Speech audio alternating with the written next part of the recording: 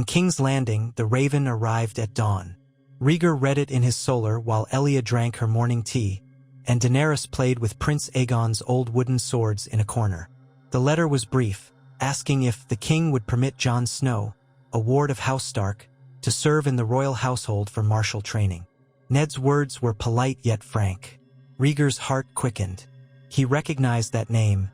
Jon Snow, the boy whose existence he had only glimpsed through coded hints. His son. Though Rhaegar had never met the lad, he felt a strange swirl of relief. Perhaps it was time, at least in some small way, to see him. Yet he could not simply proclaim the boy's parentage.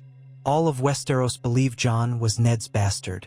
Even Robert Baratheon, though now half adrift in his own dissipations, might react poorly if old suspicions arose.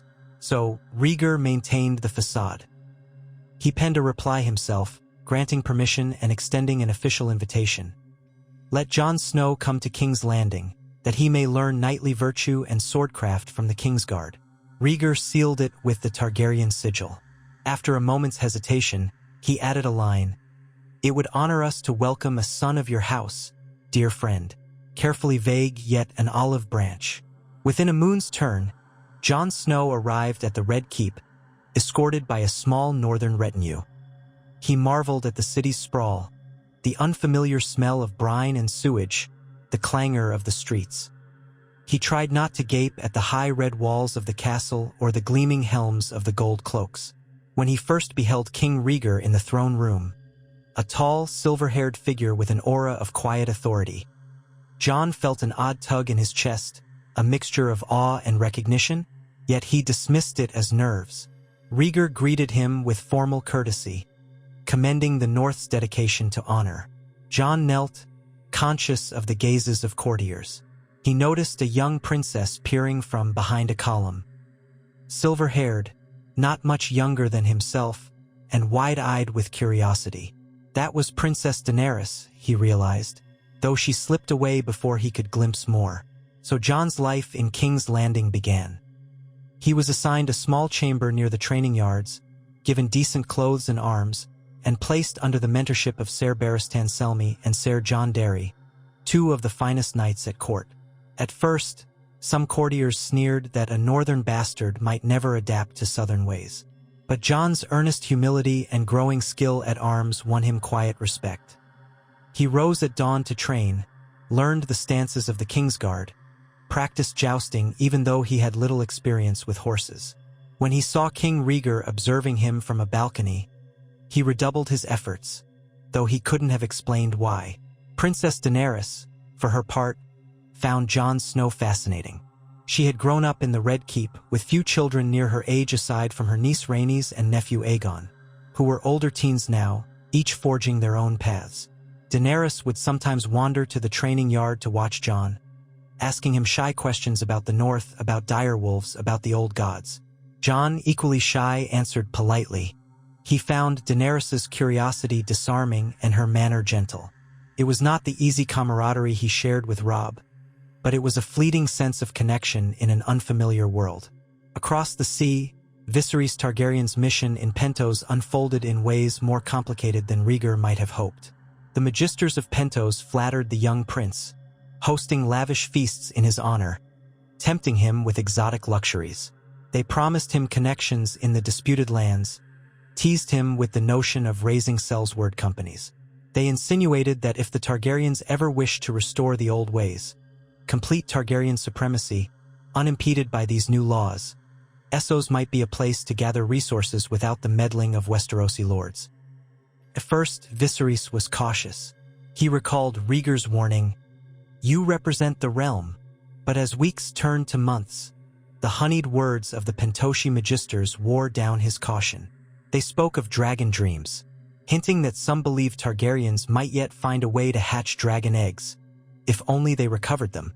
Viserys, enthralled, began to fancy himself the rightful dragon prince, overshadowed only because Rhaegar had seized the throne first. Old resentments flared.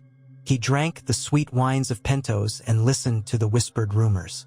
Perhaps Rhaegar had compromised too much. Perhaps House Targaryen deserved more than mere kingship yoked by new laws. Letters reached King's Landing that described grand suppers, successful trade agreements, and the promise of Pentoshi gold for mutual shipping ventures. Rhaegar read them, nodding at the outward success, but sensed an undercurrent in Viserys' writing. A restless edge, a taste for the illusions of glory. Rhaegar wrote back, reminding Viserys that any formal treaties must be vetted by the Crown's small council. He encouraged his brother to keep a steady head. But it was all from afar.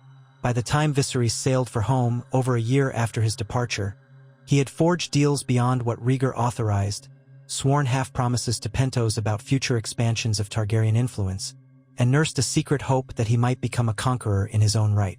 When he returned to King's Landing, he found a changed court. Jon Snow was now squire to Ser Barristan Selmy. Daenerys was a bright 11-year-old eager for new stories, and the king was immersed in new diplomatic undertakings with bravos. Viserys arrived with pomp, wearing Essos silks and sporting a short sword with a dragonbone hilt gifted by a Pentoshi magister. He was lauded at first.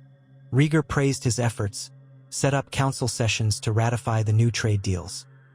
But tensions surfaced when it became clear that Viserys had overstepped, promising levels of alliance or concessions that Rhaegar would not endorse. A mild argument flared in the small council. "You were meant to negotiate trade, not pledge away half our shipping lanes," said Rhaegar, standing with quiet sternness at the head of the table. Viserys' face flushed. "You gave me a fleet, told me to act in the Crown's name. I did as I saw best. The Pentoshi demand reciprocity. They will not invest their coin unless we match it. There is a difference between negotiating in good faith and binding the realm to open-ended deals," Rhaegar countered. "We must revisit these terms. The Crown cannot blindly guarantee a foreign power's interests." Viserys felt the eyes of the council upon him. Tywin Lannister's cool gaze, Varys's watchful smile, Elia Martell's calm disapproval. It stung his pride. "Then perhaps you should have gone yourself, brother, if you do not trust me," he snapped, and the room tensed at his vehemence. Rhaegar paused, forcing calm. "I do trust you, Viserys, but you must remember that Westeros cannot be sold piecemeal for favor in Essos." Afterward, Viserys stormed out. Rumors spread that the prince cursed King's Landing as too small-minded to appreciate opportunities beyond the narrow sea. He began spending more time in taverns near the docks, mingling with foreign captains and sellswords, fueling his thirst for a grander destiny. Rhaegar, worried, tried speaking to him privately, reminding him that the realm's stability was precious. Viserys only heard it as condescension. In the north, that same year, Eddard Stark received unsettling reports from beyond the wall. Entire wildling villages found abandoned, livestock left to freeze, strange footprints in the snow. The Night's Watch wrote that some rangers vanished without a trace. Eddard's thoughts drifted to the old stories, White Walkers, the others, creeping in the darkness. He sent ravens to King's Landing, urging Rhaegar to dispatch more men or send reinforcements. Rhaegar complied, but many lords still doubted the seriousness of the threat. After all, no White Walkers had been seen in 8,000 years. Jon Snow, upon hearing these rumors in the capital, felt a tug on his heart. He recalled the quiet dread of northern tales. He wanted to serve, to do something, but his place was here, training among the knights. He was nearly 17 now, an accomplished swordsman, and had shown a knack for leadership in the yard. Ser Barristan had remarked that Jon possessed a calm focus reminiscent of Rhaegar's younger days. The king observed him often, proud yet constrained by secrecy. On a few occasions, Rhaegar even sparred with Jon privately, giving the boy pointers that left him confused by the king's surprising warmth. Daenerys sometimes spied these sessions, giggling from a hiding place. She found something poetic in the king crossing blades with a northern ward, not knowing the deeper truth. Yet amid these daily rhythms, trouble brewed. Viserys' resentments hardened. He gathered about him a small circle of malcontents, lesser knights who had lost prestige under Rhaegar's reforms, Essos mercenaries passing through the capital, and a few old Targaryen loyalists who still loathed that Rhaegar had killed his sire. Though Viserys had no intention of openly overthrowing Rhaegar, he knew he lacked the power. He longed to break free of what he saw as suffocating constraints. In drunken moments, He muttered about retrieving the last dragon eggs, rumored to lie hidden in old vaults, or forging a secret alliance in Essos that would let him stand as more than the king's overshadowed brother. Daenerys, too young to fully grasp the politics, sensed only that Viserys had grown colder toward her. He would no longer smile at her questions, nor invite her to see the exotic gifts he had brought from Pentos. When she asked him once about dragons, he snapped, "Be quiet, child. You know nothing of what it means to be the blood of the dragon." She fled in tears. Rhaegar, on hearing this, confronted Viserys, who sneered and left without apology. A new rift was forming in House Targaryen. Elia Martell and many of the small council noticed, but Rhaegar hoped it was a passing phase. He had too many other concerns. The rumblings in the north, trade negotiations with Bravos, the daily administration of a realm still forging its identity under the new laws. The final straw came when a Bravosi envoy arrived in King's Landing with news that certain Pentoshi interests had attempted to sabotage Bravosi shipping, apparently in line with clandestine assurances from a Targaryen prince. The king's small council erupted in alarm. Rhaegar pressed for answers, and though Viserys denied direct involvement, the details pointed suspiciously his way. Furious, Rhaegar commanded a thorough investigation, culminating in revelations that some of Viserys' associates had indeed tried to undermine Bravosi trade to give Pentos an advantage. The young prince insisted he had been ignorant of the sabotage. Yet enough evidence suggested he had at least turned a blind eye, hoping to strengthen Pentos' ties to him personally. Rhaegar, in a private audience, confronted Viserys. The king's composure was frayed with anger and disappointment. "You have endangered the realm for your private ambitions," he said, voice trembling with barely contained rage. "I negotiated in good faith with Bravos. Now we must scramble to prevent open conflict on the narrow sea." Viserys' face flushed. "I tried to do something great for our house. If we relied solely on your endless compromises, we would remain shackled, never reclaiming the fullness of Targaryen power. Our ancestors would scorn your timid—" "Enough," Rhaegar snapped. "Our ancestors burned half of Westeros and ruled by fear. Have you forgotten what I did to stop our father from destroying King's Landing? I will not allow you to drag House Targaryen back into the flames." Viserys' eyes glittered with resentment. Better flames than this slow humiliation. A deadly silence coiled between them. Eventually, Rhaegar spoke, voice cold. "I have no choice but to exile you from the small council and strip you of your official duties. You will remain a prince in name, but with no authority to negotiate or to represent the crown. For your own sake, and the sake of the realm, be grateful I do not send you to the dungeons." Viserys sputtered, rage burning in his eyes. He bowed stiffly, turned on his heel and left.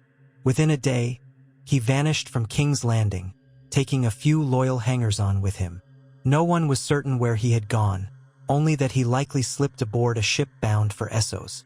Rhaegar privately posted loyal agents to watch for news of the prince, but no immediate tidings arrived. The court felt a collective sigh of relief, mixed with a ripple of concern. Would Viserys rally foreign sellswords and attempt some grand coup? Possibly, but he had neither the coin nor the dragons of old. Rhaegar judged the threat minor, focusing instead on keeping the realm stable. He did, however, quietly accelerate the search for any rumored dragon eggs, determined that none fall into Viserys' grasp. So far, all leads proved fruitless. It seemed the last recorded eggs had crumbled to dust centuries ago. Daenerys took her brother's departure badly at first, but Rhaegar comforted her, telling her it was not her fault. She resumed her lessons, though sometimes tears slipped down her cheeks when she thought no one was looking. Jon Snow, having grown friendlier with the princess in the yard, tried to reassure her in awkward ways. "He'll come home when he's ready," Jon said, uncertain himself if that was true. Daenerys managed a small smile, grateful for the attempt. Seasons turned. Jon Snow was knighted on his 20th name day, having proven himself in countless drills and small border skirmishes against outlaws in the Crownlands. King Rhaegar personally attended the ceremony, placing a sword upon Jon's shoulder. Something in the king's eyes shone with paternal pride, though no one but Elia Martell, and perhaps Varys, recognized it for what it truly was. The assembled onlookers murmured about the new knight from the north, how he'd earned favor so quickly. Ser Barristan Selmy stepped forward to praise Jon's bravery, recalling how in a brief scuffle with brigands near Hayford, Jon had shielded a wounded comrade and held off 3 attackers until reinforcements arrived. After the ceremony, in the half-lit halls of the Red Keep, Rhaegar found Jon quietly cleaning and oiling his new sword. The king approached and spoke in a low voice. "Ser Jon," he said, "your courage does you credit. I want you to remain here, in the royal household, as one of the knights sworn to defend the royal family." Jon rose, startled. "Your Grace, that is an honor." He hesitated, a swirl of confusion and awe in his chest. "But I am only newly knighted. Do you not wish to place me under a more experienced lord for field duty?" Rhaegar placed a hand on Jon's shoulder, an uncharacteristically personal gesture for a king. "We have many knights for the field. Here, I need men I can trust absolutely. You have proven yourself. Will you accept?" Jon's throat felt tight. "I will, your grace, with all my heart." Rhaegar nodded and withdrew. For a moment, Jon thought he saw something like longing in the king's gaze. But the king turned away, leaving him to wonder. Meanwhile, in Essos, Viserys Targaryen's star rose and fell in equal measure. He wandered from Pentos to Myr, then to Lys, chasing rumors of wealthy patrons who might fund a Targaryen restoration of the old ways. But with Rhaegar securely on the Iron Throne, few were willing to invest in an exiled prince of uncertain prospects. Viserys' bitterness grew. He wasted coin in feasts, enticed unscrupulous sellswords with boasts, and stoked his own anger by recounting how Rhaegar had murdered their father and spurned Targaryen birthright. Some Essosi magnates humored him with small gifts, but no one took him seriously enough to field an army. Rumors reached King's Landing that Viserys was in Volantis, then that he had sailed to the Red Waste to treat with the Dothraki. Rhaegar worried that if Viserys truly courted the Dothraki, it could lead to raids on Westeros's eastern coasts. Yet such talk seemed fantastical. Why would the Dothraki follow a dragonless prince with no lands to offer? Some merchants whispered that Viserys had grown half-mad with resentment, clinging to illusions of a golden crown. Others claimed he had found a new patron among the more ruthless slavers in the south, hinting that he might trade Westerosi captives for his cause. Rhaegar sent word to his agents in Essos, ordering them to monitor the situation closely. Still, a more pressing concern soon overwhelmed the court. Ominous tidings from the wall intensified. Rangers kept vanishing. Wildlings fled in terror, speaking of pale shadows in the night. The Lord Commander of the Night's Watch wrote desperate pleas. "We face an enemy unknown, a cold that steals the life from men. We beg the realm's aid." Some lords scoffed at ghost stories, but Eddard Stark and his bannermen took them seriously, urging Rhaegar to send men north. Reluctant to spark panic, Rhaegar convened a war council that included Tywin Lannister, still Hand of the King in his latter years, Jon Arryn, and a handful of other high lords. They debated how to respond. Could the realm afford to send a large army so far north? Winter was deepening. Supply lines would be stretched. Yet ignoring the Watch's pleas might prove disastrous if the threat was real. Rhaegar, swayed by Ned Stark's earnest warnings, decided to mobilize a substantial force. Better to face a phantom with too great a host than to be overrun by a real danger, he declared. Thus, the king announced a royal campaign to the north. He would lead a portion of the crown's forces and join with northern bannermen to investigate beyond the wall. This caused a stir in the capital. No Targaryen king had ventured so far north in living memory. But Rhaegar was resolute. He left the governance of King's Landing to a regency council, with Queen Elia, Tywin Lannister, and Jon Arryn at its head. Prince Aegon and Princess Rhaenys, both of marriageable age now, remained behind to oversee day-to-day affairs and cultivate alliances. Princess Daenerys, 14 and determined to see more of the world, pleaded to accompany her brother king. Rhaegar gently refused, insisting it was too dangerous. She was crushed, though she tried to hide it behind a mask of polite acceptance. Jon Snow, however, received orders to come with the king as part of the royal guard. The news electrified him. For the first time, he would return to the north in the service of the king. He felt torn, joyed to see Winterfell, anxious about the rumored threat, and curious how Lord Stark and his family would receive him after so many years away. Most of all, he felt an odd stirring about traveling with Rhaegar. Some quiet instinct told him this journey would test them both.